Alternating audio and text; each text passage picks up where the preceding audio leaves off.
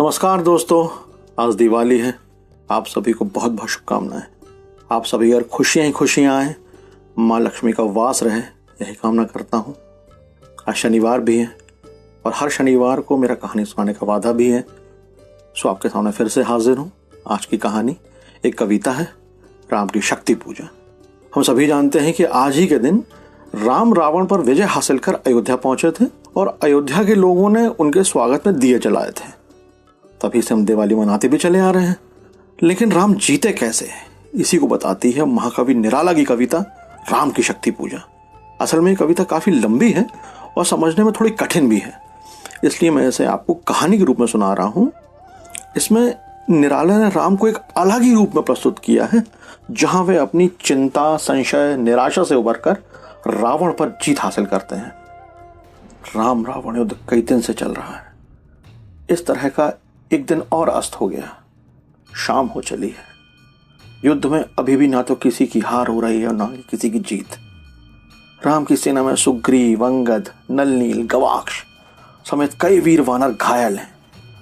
सिर्फ हनुमान ही हैं जो सोचने समझने की स्थिति में लग रहे हैं। सभी चिंतामग्न हैं। सबके मन में बस एक ही सवाल है, एक ही चिंता है कि रावण की सेना तितर बितर तो है, लेकिन उनकी हार नहीं हो रही।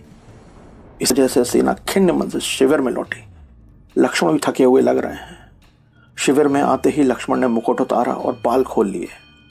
लक्ष्मण की आंखों में चमक नहीं है, एक तरह का अंधियारा छाया हुआ है। रात हो चली है, लेकिन लक्ष्मण की आंखों में नींद नहीं है। वे एकटक तारे देख रहे हैं कि कहीं से कोई रोशनी किरण दिख जाए।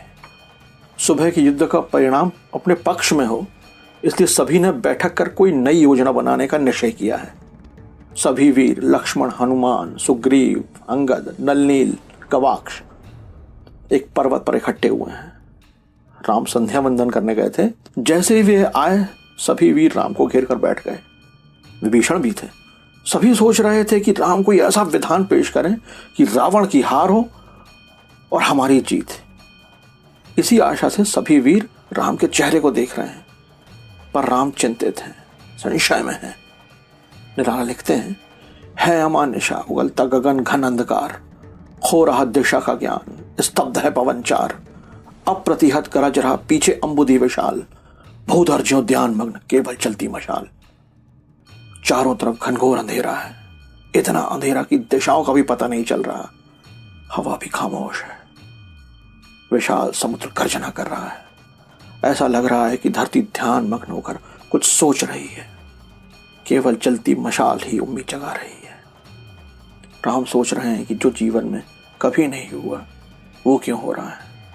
मेरा मन तो कभी किसी दुरात्मा और राक्षस से नहीं डरा, फिर आज मैं क्यों बेचैन हूं? क्यों आज मैं खुद को असमर्थ मान रहा हूं? तभी राम को जनक की वाटिका में सीता से पहली बार मिलना याद आता है। पुष्प वाटिका में पहली बार राम ने सीता को देखा था। दोनों ने आंखों ही आंखों में बात की थी। सीता ने तभी आंखों से ही राम को वर भी लिया था। राम ने भी आंखों से सीता को अर्धांगिनी बनाने का वचन दिया था। यह सोचकर राम के चेहरे पर एक स्मित मुस्कान की रेखा सी खिंच गई। राम सोचते हैं कि उनके पास तो कई अभिमंत्रित बाण हैं। वे पहले ही खरदूषण, ताड़का, सुबाहु, मारीच का वध कर चुके हैं, लेकिन दूसरे ही पल उन्हें अट्टहास करता हुआ रावण दिखता है। वह उन्हें किसी भी तरह से जीतने नहीं दे रहा। राम को सीता की वो आंखें दिखती हैं जिनमें वो यानी खुद राम का वास है। सीता की आंखें कह रही हैं कि मेरा उद्धार कब करेंगे। यह सब सोचते हुए राम की आंखों से आंसू छलक पड़े। हनुमान राम के चरणों में बैठे हुए हैं। सभा में बैठे सभी वीर राम के आंसू देखकर विवल हो उठे। सभी के मन में यही संशय है कि जब उनके प्रभु कोई हल नहीं निकाल पा रहे तो उनकी क्या बिसात है। तभी हनुमान को लगता है कि आकाश में उनकी मां अंजना प्रकट हुई हैं और उन्होंने कहा कि बचपन में तो तुमने सूर्य को निगल लिया था, तब तो तुम्हें उसकी तबीयत का कोई अंदाजा भी नहीं था, फिर आज इतने व्याकुल क्यों हो? तुम्हारे लिए तो कुछ भी असंभव नहीं है। रघुनंदन से आज्ञा लो और असंभव को संभव बनाने में जुट जाओ। राम का उतरा चेहरा देखकर विभीषण उनसे कहते हैं कि आपके पास तो समग्र वीर वानर है प्रभु, तूणीर में हर तरह के तीर हैं, उन्हें चिंता करने की क्या जरूरत है। जब रणघोष हो रहा हो ऐसे में संशय ठीक नहीं। रण में तो यह पीठ दिखाने जैसा होगा, वह भी तब जब सीता से मिलने का समय निकट है। इस पर राम बोले, जिधर अन्याय उधर शक्ति। यह कहते हुए उनकी आंखों से फिर दो बूंदें छलक आई।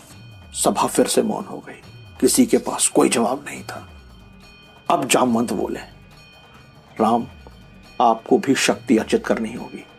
अगर रावण अशुद्ध यानी राक्षस होकर भी त्रस्त कर सकता है तो आप भी उसे ध्वस्त करेंगे। शक्ति की करो मौलिक कल्पना, करो पूजन, छोड़ दो समर जब तक ना हो सिद्धि रघुनंदन। यानी आप तब तक युद्ध नहीं कीजिए जब तक शक्ति अर्जित नहीं कर लेते, तब तक लक्ष्मण सेना नायक होंगे। सभी वानर वीर उनकी सहायता करेंगे। राम इस विचार से प्रसन्न हो गए। सभा में प्रसन्नता की लहर दौड़ गई। राम ने जामवंत से पूछा कि देवी यानी शक्ति की उपासना करूंगा कैसे। जामवंत ने उन्हें समझाया कि सामने जो आप हरितिमा युक्त तो पर्वत देख रहे हैं उसे देवी की तरह माने। मंत्र का जाप करते हुए कम से कम आपको 108 एक खास तरह के कमल के फूल उन्हें चढ़ाने होंगे। कमल कल लाने का काम हनुमान को सौंपा गया। राम काज हो और हनुमान सफल ना हो यह तो असंभव है। हनुमान तय समय पर कमल लेकर पहुंच गए। राम ने देवी दुर्गा की पूजा शुरू की। हर मंत्र के बाद एक कमल देवी को अर्पित करना है। राम की आंखें बंद हैं। मंत्र खत्म होने के बाद वे अपने बगल में रखे कमल को देवी को अर्पित कर रहे हैं। 107 कमल अर्पित कर चुके हैं। रात का दूसरा पहर बीत चुका है। राम की आंखें बंद हैं, वे लीन हैं। मन में विश्वास जगह की अब तो सिद्धि होने ही वाली है। तभी देवी दुर्गा प्रकट होती हैं और परीक्षा लेने के लिए अंतिम कमल लेकर चली जाती हैं। मंत्र खत्म कर राम जैसे ही कमल के लिए हाथ बढ़ाते हैं उन्हें कमल नहीं मिलता। फिर चिंता में आ जाते हैं। सोचते हैं क्या सब निरर्थक हो जाएगा, क्या सिद्धि नहीं हो पाएगी। हाय, प्रिया का उद्धार ना हो सका। तभी उनके चेहरे पर फिर मुस्कुराहट कौंधती है।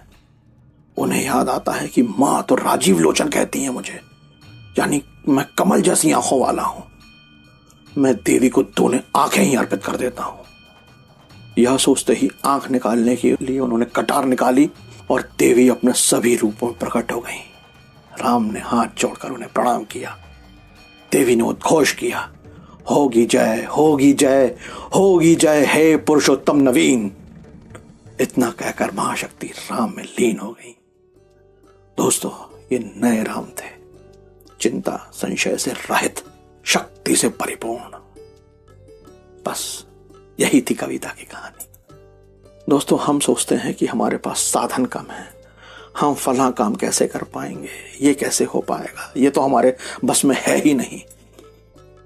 लेकिन ऊंचाई, सफलता यूं ही नहीं मिलती। प्रचंड कामयाबी तो अदम्य साहस से ही मिलती है दोस्तों। इसके लिए पूरी ताकत झोंकनी पड़ती है। शक्ति का मतलब इच्छा शक्ति से है। मुश्किल कुछ भी नहीं है अगर ठान लीजिए। राम लक्ष्मण घनघोर जंगल में नंगे पैर वानरों की सेना लेकर समुद्र पार कर जब रावण को हरा सकते हैं तो कुछ भी हो सकता है, सब संभव है। बस निराशा छोड़नी होगी और सोई शक्ति को जगाना होगा। अगले हफ्ते शनिवार को आनी के YouTube चैनल पर फिर एक कहानी लेकर आऊंगा। तब तक के लिए अलविदा। एक बार फिर से दिवाली की आप सभी को ढेर सारी शुभकामनाएं। जय हिंद।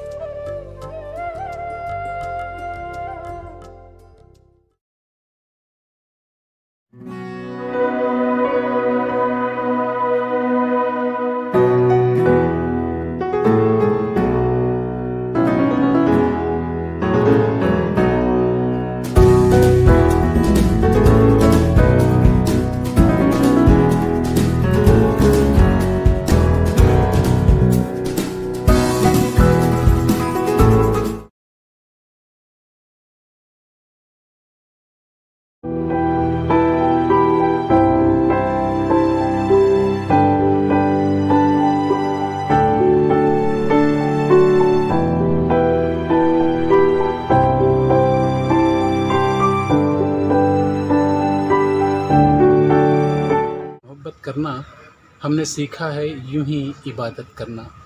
मैं जब भी आश्रय आता हूँ तो मंदिर नहीं जाता, मैं जब भी आश्रय आता हूँ तो मंदिर नहीं जाता। ईश्वर का स्वरूप दिखाई देता है इन बुज़ुर्गों के चेहरे पर।